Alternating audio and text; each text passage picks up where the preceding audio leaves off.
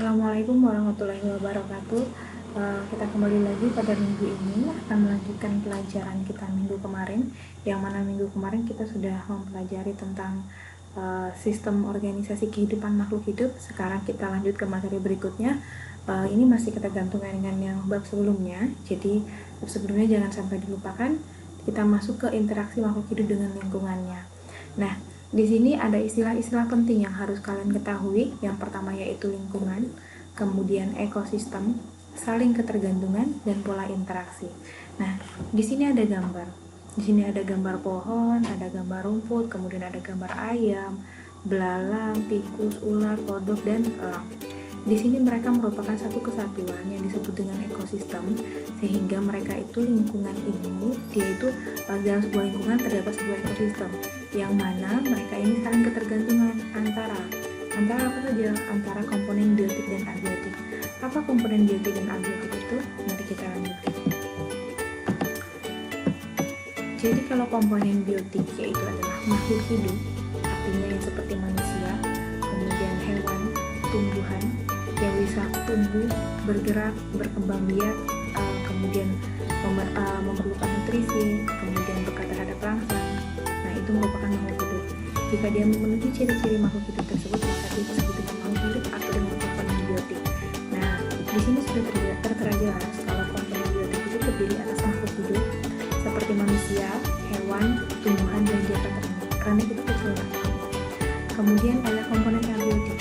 Komponen abiotik itu terdiri atas benda-benda tak hidup, di antaranya adalah air, tanah, udara, dan cahaya besar.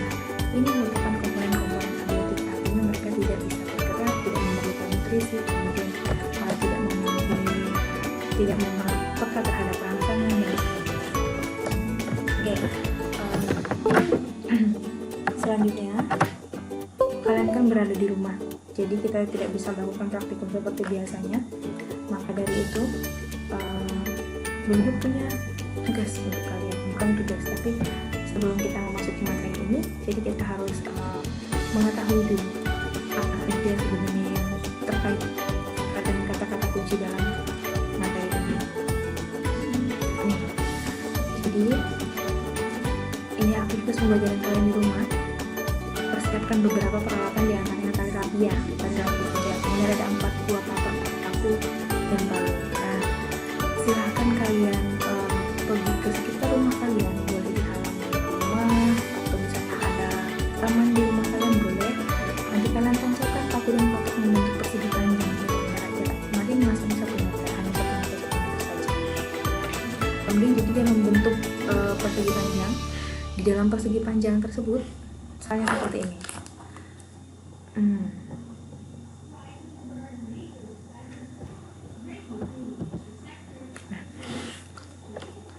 Jadi kan ada membentuk sebuah tali rapia yang panjangnya mungkin sekitar 4,5 meter ya, membentuk persegi panjang. Nah, di sini nanti di pojok-pojoknya kalian paku semuanya, atau kalian ikatkan kemana juga boleh. Kemudian ini kan di halaman rumah misalnya, atau di taman. Kemudian kalau di taman itu kan misalnya ada rumput, ada hewan, ada tumbuhan. Nah, ini nanti kalian lihat di sini. Di sini kalian lihat yang mana komponen biotik dan yang mana komponen abiotik.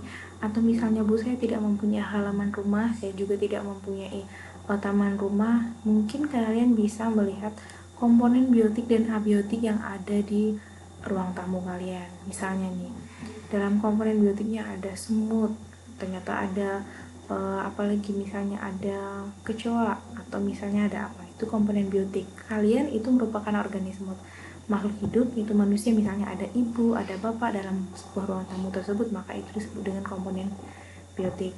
Kemudian kalau komponen abiotik dalam sebuah ruangan, misalnya ada kursi, ada meja, kemudian ada vas bunga dan sebagainya, itu merupakan komponen abiotik. Nah, dari situ nanti kalian sudah bisa mengetahui apa saja komponen biotik dan komponen abiotik.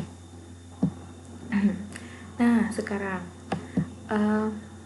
kalau misalnya dalam sebuah ekosistem, misalnya ekosistem sawah, di sawah itu ada padi. Biasanya kan di sawah ada padi.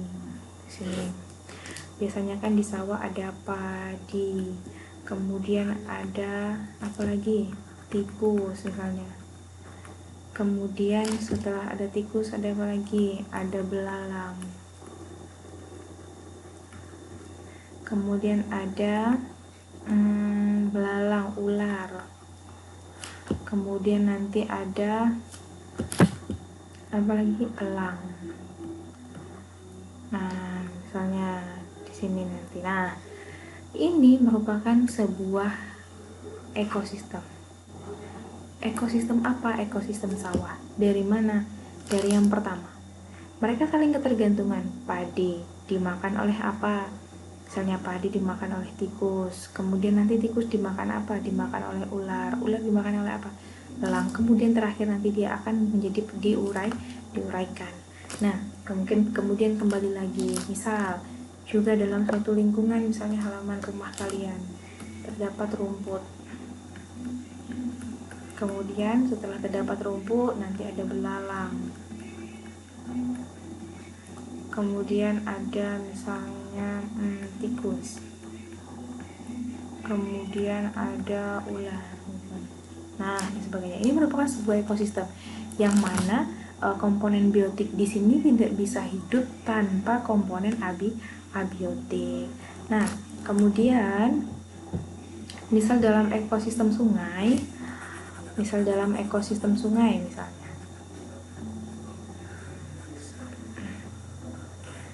di sungai itu ada ikan.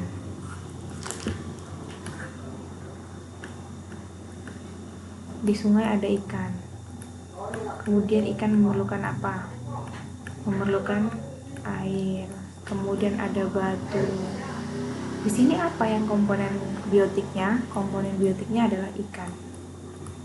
Nah, kemudian air ini apa? Komponen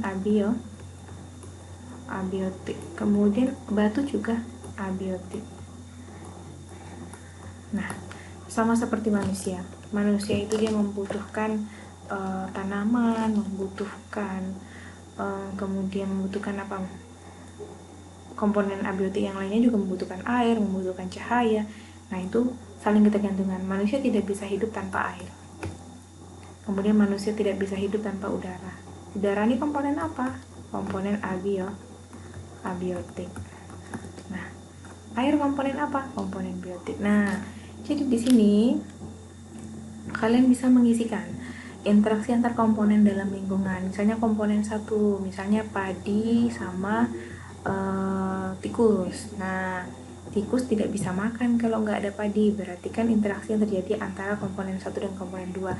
Sebenarnya apa keuntungan padi? Jika dia tumbuh kemudian dimakan tikus, apakah dia memperoleh keuntungan? Tidak, tapi tikus memperoleh keuntungan. Misalnya kita tulis di sini ya. Kita tulis.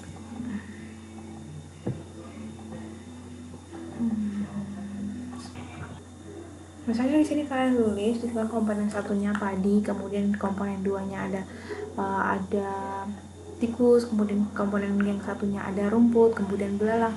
Kalian tulis interaksinya di sini. Jadi dilihat interaksi yang saling menguntungkan atau saling merugikan, atau satu diuntungkan ada satu dirugikan. Kalau seperti tikus dan padi, itu tikus memperoleh keuntungan, dia bisa makan. Kemudian kalau padi dia akan punah. Nah, berarti kan komponen satu dirugikan oleh komponen dua. Berarti dia interaksi yang terjadi antara komponen satu dan komponen dua itu adalah satu diuntungkan dan satu dirugikan. Seperti itu. Paham? Ini namanya adalah simbiosis. Kalau misalnya simbiosis itu dia itu adalah hubungan antar makhluk hidup. Nah, kemudian setelah kalian tuliskan beberapa komponen, 3 saja, minimal 3 saja boleh. Kalau mau lebih juga boleh. Nanti kalian sebutkan berapa macam interaksi yang muncul serta tidak munculnya. Kemudian sebutkan interaksi yang terjadi antara biotik dan abiotik. Interaksi apa yang terjadi? Nah gitu. Kemudian silahkan kalian jawab pertanyaan berikut. Apa yang terjadi jika salah satu komponen pada petak tersebut tidak ada? Misalnya nih, antara padi dan tikus tadi. Kalau misalnya salah satunya tidak ada, terus mereka bagaimana? Masih bisa hidup atau tidak? Nah, seperti itu. Masih bisa hidup tidak kalau misalnya yang satunya itu sudah tidak ada lagi atau punah?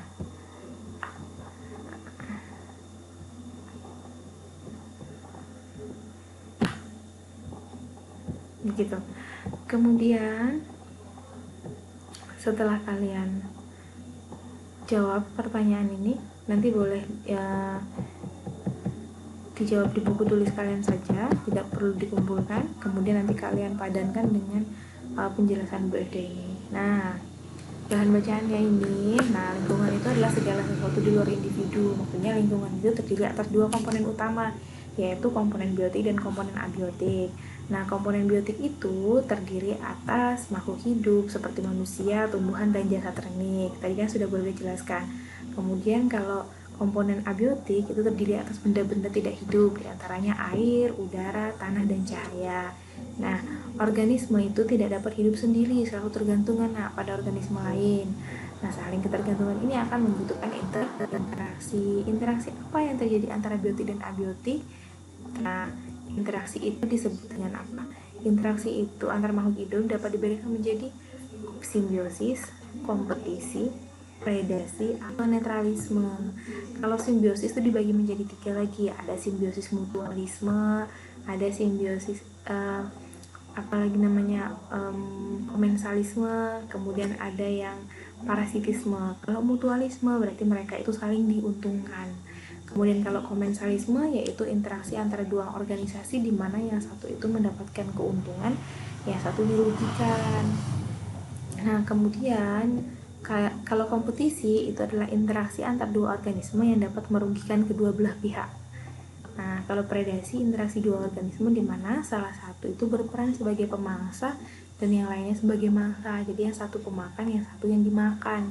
Kalau netralisme berarti hubungan antara dua organisme itu tidak saling mempengaruhi walau berada pada habitat yang sama. Jadi nih, contoh dari simbiosis mutualisme. Kalau simbiosis mutualisme, inti adalah kerbau dan burung jalak. Jadi burung jalak ini yaitu makan kutu yang ada pada kerbau. Kemudian kerbau dirugikan tidak? Kerbau malah biasa-biasa saja. Kalau hilang kutunya ya alhamdulillah, seperti itu. Kemudian nih, komensalisme. Kalau komensalisme ini kan apa? Ini simbiosis mutualis yang diuntungkan kan. Kemudian kalau misalnya komensalisme, ikan hiu, ikan remora itu tuh dia suka makanin sisa-sisa makanan yang berada pada pinggir mulut hiu. Nah, ini simbiosis komensalisme, artinya ikan remora itu dia itu diuntungkan, sedangkan ikan hiu tidak apa-apa. Kalau habis ya sudah, seperti itu. Jadi tidak dia merasa dirugikan.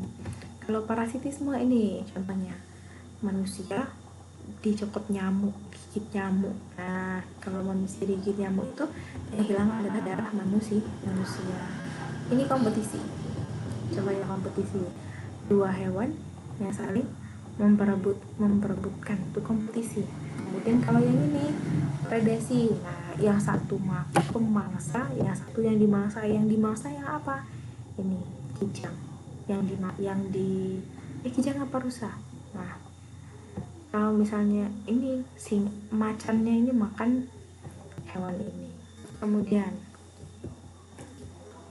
ini netralisme, ada domba, ada ayam. Mereka pada satu lingkungan yang sama, tapi mereka saling tidak peduli. Ya sana dombanya mau makan apapun silakan, ayamnya juga silakan, tidak akan merugikan, seperti itu.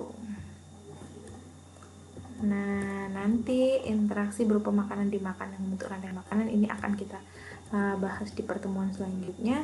Ini dulu saja, nanti kalian isi dulu. Nanti akan bergeser lewat grup WhatsApp. Jadi silahkan diisi di buku catatan kalian. Tidak perlu dikumpulkan, nanti disepadankan dengan penjelasan berikutnya lagi. Oke, begitu nak. Untuk hari ini mungkin itu saja dulu. Terima kasih. Assalamualaikum warahmatullahi wabarakatuh.